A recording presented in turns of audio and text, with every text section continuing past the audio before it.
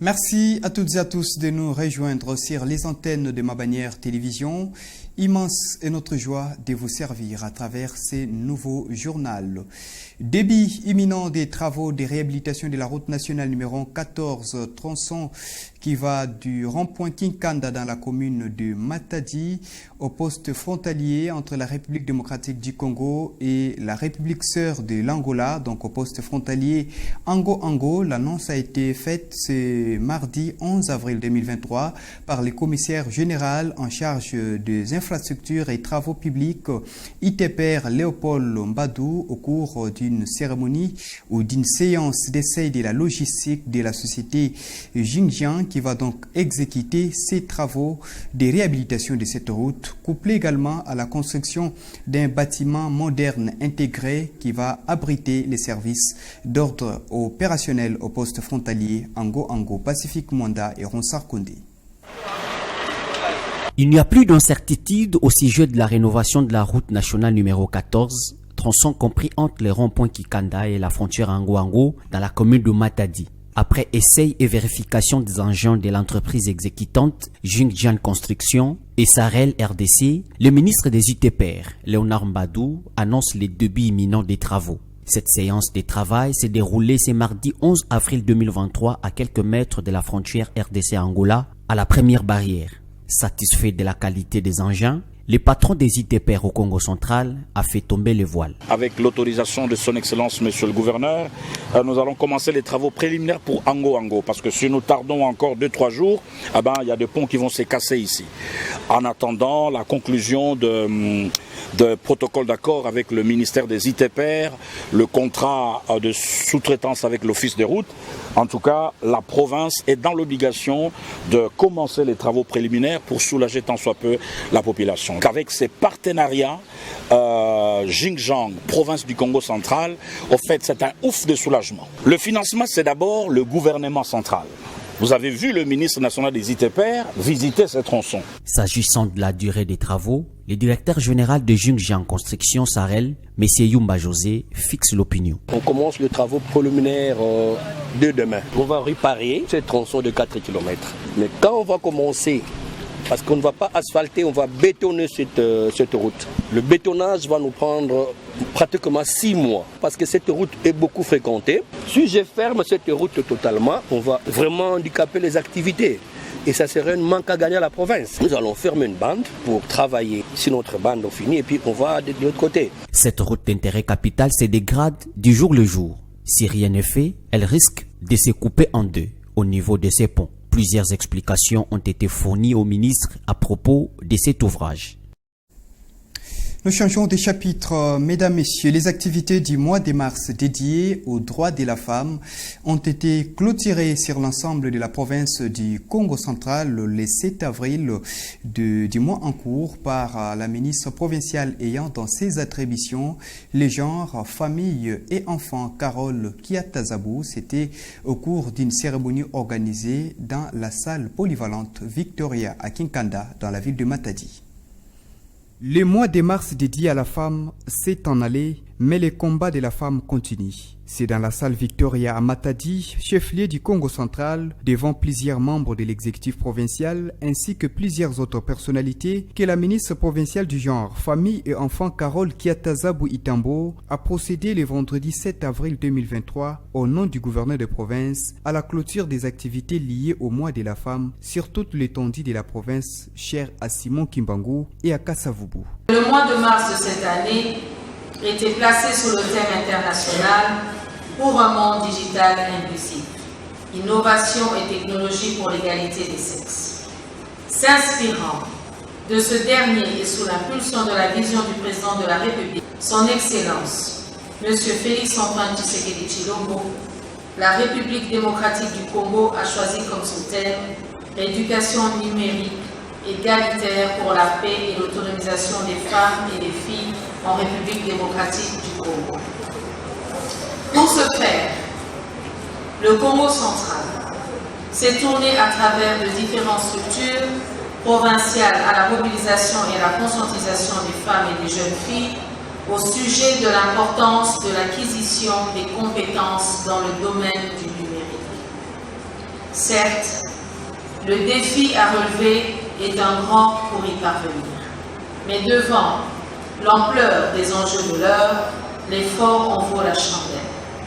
Avec un peu de détermination et d'engagement, l'instruction numérique ne sera plus désormais un monde inclusivement réservé aux hommes, mais plutôt un partage inclusif pour la réalisation du bien-être communautaire. Ainsi, au nom de son Excellence, le docteur Ivan Ndungidi, chef de l'exécutif provincial, je déclare close les activités du mois de mars 2023 dans la province du Congo central. Durant les mois de mars, la petite fille du président Joseph Kasavubu, en sa casquette de ministre provincial du genre, a communié avec les femmes de Thiela, Mwanda, Matadi et d'autres territoires, une première pour ces ministères. Les femmes du Congo central ont félicité la ministre Carole Kiatazabou pour cette initiative. Elles ont également remercié le gouverneur Guy Bandountungidi pour sa disponibilité et son soutien à la femme du Congo central.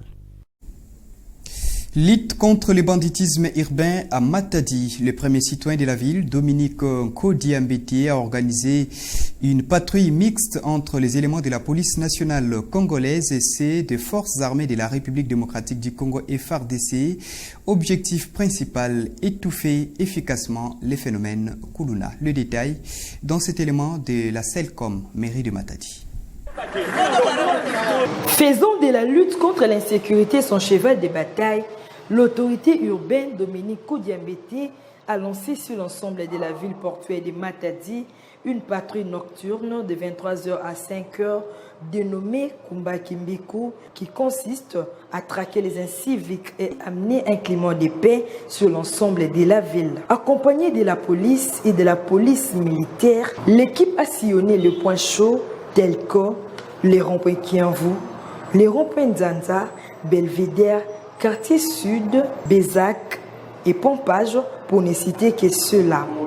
Après ratissage, les jeunes gens appréhendés ont passé nuit dans les commissariats et sous-commissariats de la ville. Au terme de cette ronde, le maire de Matadi, Dominique Kodiambété, s'est exprimé quant à ceux.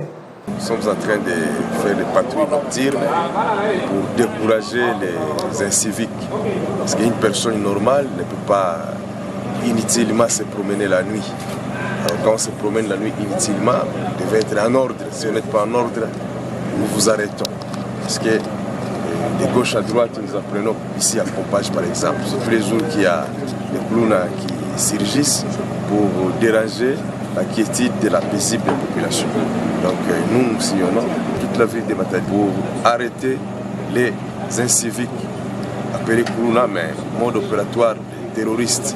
Alors quand les terroristes veulent larguer l'État, alors nous utilisons les éléments de FARDC pour traquer les inciviques. Les parents doivent bien encadrer leurs enfants. Un geste qui n'est pas resté indifférent à l'égard de la population.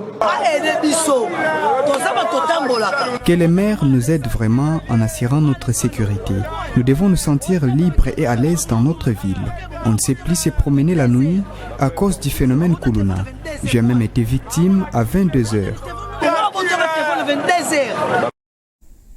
Nous restons dans ce chapitre, chers téléspectateurs de Ma Bannière Télévision. L'autorité urbaine de Matadi, Dominique Kodiambété, a eu une causerie morale ce mardi 11 avril 2023 avec le motocycliste de sa juridiction.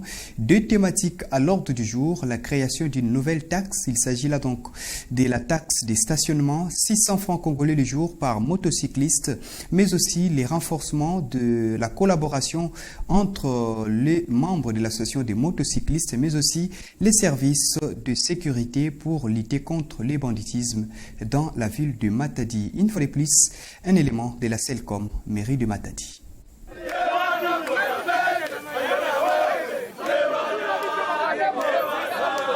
Le premier citoyen de la ville de Matadi, Dominique Kodiambete, a échangé avec les motocyclistes de la ville de Matadi, regroupés au sein de leurs différentes associations, notamment la MAT et la MOCOC, ce mardi 11 avril au bassin d'Amar. Au cours des échanges, le maire de Matadi, Dominique Kodiambete, a encouragé les motocyclistes pour le travail noble qu'ils rendent à la communauté et les a invités à collaborer avec les autorités politico-administratives, policières et militaires par le partage des informations.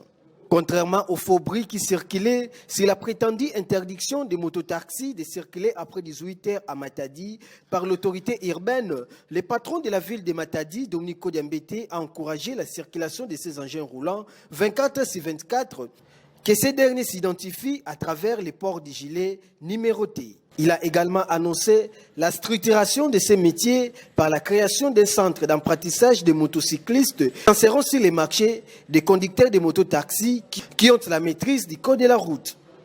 Enfin, le maire de Matadi, Dominique Kodiambete, a annoncé à ces derniers la création de la taxe de stationnement qui revient à 600 francs les jours. Un pourcentage sera rétrocédé aux motocyclistes logés dans une banque de la place afin de servir de leurs frais de prise en charge des soins médicaux ainsi que de leurs familles à l'hôpital provincial de référence de Kinkanda. Une nouvelle qui a réjoui plusieurs cœurs.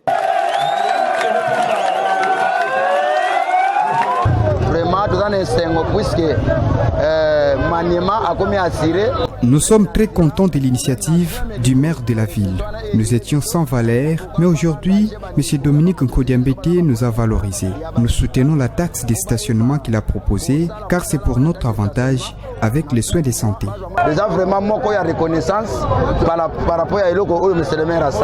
De son côté, le maire de Matadi, Dominique Kodiambete, s'est exprimé en ces termes. Vraiment, avec les motocyclistes, nous avons abordé le problème de la taxe de stationnement qu'ils vont commencer à payer. D'ailleurs, nous avons parlé de 500 francs, mais eux-mêmes sont allés à 600 francs parce qu'ils ont dit, dans cette taxe, intégrons également quelque chose pour les motocyclistes. L'ajout là va servir aux motocyclistes en cas de maladie, aux frais d'hospitalisation pour eux-mêmes et pour leurs familles. Il faut de signaler que le chouchou des motocyclistes de la ville de Matadi, Dominique Kodiambete, a été escorté par ces derniers du bassin d'Amar à la mairie de Matadi sur la moto. Nous changeons de chapitre, mesdames, messieurs. Ansari Moulumba et Rapi Kaloulou, respectivement, directeur région Canal Plus RDC au Congo central, donc zone ouest, et directeur général de Oreb Télévision, une chaîne émettant dans la ville de Matadi au Congo central, ont animé tous deux conjointement une conférence de presse ce dimanche, c'est lundi plutôt, 10 avril 2023 dans la ville de Matadi, chef-lieu de la province du Congo central. La migration sur les bouquets Canal Plus des 3 nouvelles chaînes congolaises, dont Oreb Télévision de la ville de Matadi au Congo central. C'était donc la toile de fond de cette conférence de presse que vous propose Pacifique Mwanda. Dans le souci de renforcer les contenus locaux, Canal Plus s'active pour la montée en SAT de chaînes de télévision de la République démocratique du Congo. 3 chaînes de plus ont été admises à la famille Canal Plus en mars dernier. Il s'agit de Oreb Télévision, Canal 368, émettant en Matadi au Congo central, Hop Channel Télévision et la RTNK, Canal 365, 2 chaînes de la province du Sud Kivu, émettant à Bukavu, dans l'est de la République démocratique du Congo. Cette bonne nouvelle a fait l'objet d'une conférence de presse conjointement animée par le directeur région de Canal+, M. Ansari Moulumba, et le directeur général de Oreb Télévision, M. Rapi Kaloulou. C'est lundi 10 avril 2023 en ville basse, dans la grande salle de cette entreprise. Après cette annonce, le directeur régional de Canal+ a fait la description de chacune de ces 3 chaînes, puis s'en est suivi le jeu de questions-réponses. Devant la presse, toutes les zones d'ombre ont été éclairées. Soucieux de parrainer les autres médias de la place, Canal+, à travers son directeur régional Ansari Moulumba, s'est dit prêt à accompagner ceux qui veulent emboîter le pas. Par la même occasion, il a annoncé les rabais du prix de la formule tout canal qui passe de 85 à 45 $. Oreb TV, c'est la première chaîne qui vient ouvrir les portes. Parce que pour commencer quelque part, il faut toujours avoir un 1, 2, 3. Et notre 1, c'est Oreb TV. La porte est grandement ouverte. Toutes les chaînes qui sont ici, comme je l'ai dit, peuvent se rapprocher de nous. Nous allons engager des échanges et nous allons éventuellement progresser dans le dialogue qu'on a. Pour ce qui est du prix de tout canal, mais ça a été le souhait de tout le monde. C'est là où on a le plus grand nombre de bouquets, mais tout le monde n'a pas le pouvoir d'achat. Aujourd'hui, on répond à la problématique. N'importe quel Congolais qui a les décodeurs chez lui pourra maintenant, avec 45 $, avoir tout Canal Plus chez lui à la maison. Rappelons par ailleurs qu'outre ces 3 chaînes, Canal Plus a favorisé la montée en SAT de quelques chaînes de la Tanzanie, toujours au mois de mars de cette année, et 6 autres de la RDC en 2022, notamment Boussolona Politique, Ratelkin, Malaika, pour ne citer que ceux-là, toutes dans la formule Access. Chers téléspectateurs, pour clore complètement ce journal, nous parlons de l'organisation des 9e Jeux de la francophonie en République démocratique du Congo au cours d'un briefing spécial qui a réuni autour, soit devant les chevaliers de la plume, le ministre de la Communication et d'autres personnalités, le directeur national du comité d'organisation des Jeux de la francophonie en RDC, donc Isidore Kwanzia, à éclaircir ou à rassurer l'opinion publique que ces Jeux seront bel et bien organisés en RTC dans les délais et en suivant les normes de l'Organisation internationale de la francophonie OIF. Les détails, c'est dans cet extrait, vous choisi par Mamine Boudi. Notre pays a accepté d'organiser la 9e édition des Jeux de la francophonie juste après l'élection du président de la République, son Excellence Félix Antoine Tshisekedi Tshilombo. Il a saisi cette opportunité pour organiser les Jeux ici dans notre pays. Pourquoi? Parce qu'il voulait remettre notre pays sur l'échiquier mondial. À un moment donné, le pays était dans les oubliettes et les Jeux de la francophonie, c'était une opportunité pour les pays de faire parler de lui à travers le monde. Et donc, on a accepté d'organiser ces Jeux qui étaient prévus initialement au Nouveau-Brunswick. Et notre pays a accepté aussi pour que le gouvernement puisse s'investir dans la construction des infrastructures. Aujourd'hui, vous voyez que nous sommes en train de faire des efforts, le gouvernement fait des efforts importants pour construire des infrastructures qui resteront pour la jeunesse congolaise. Le G, c'est pour 10 jours, du 28 juillet au 6 août 2023. Comme son Excellence, Monsieur le Ministre l'a dit, c'est 9 activités sportives et 11 concours culturels. Nous avons le stade des Martyrs et le stade Tata Raphaël. Autour du stade des Martyrs, on est en train de construire 3 gymnases. Donc il y a 2 qui sont jumelés et l'autre qui est en réhabilitation, qui est retapé et qui sera tout neuf. Donc ça va faire 3 gymnases pour le basketball. Autour du stade Tata Raphaël, on est en train de construire un gymnase important pour le tennis de table, qui va servir aussi pour d'autres activités sportives. On construit également un autre gymnase pour la lutte libre et le judo, et qui vont également servir pour d'autres activités sportives. Et dans le domaine de la culture, nous avons réquisitionné un certain nombre d'infrastructures, dont notamment le Palais du Peuple, le musée qui est juste à côté, l'Académie des Beaux-Arts, le Centre Wallonie-Bruxelles, l'Institut français, et l'échangeur de l'IMT qui va servir de village de partenaires. Brièvement, ce sont ces sites-là qui sont prévus pour le 9e G de la francophonie. Vous l'avez bien compris, chers téléspectateurs, merci à vous d'avoir suivi ce journal et très bonne suite des programmes sur les antennes de Ma Bannière Télévision. Nos programmes continuent à pleuvoir.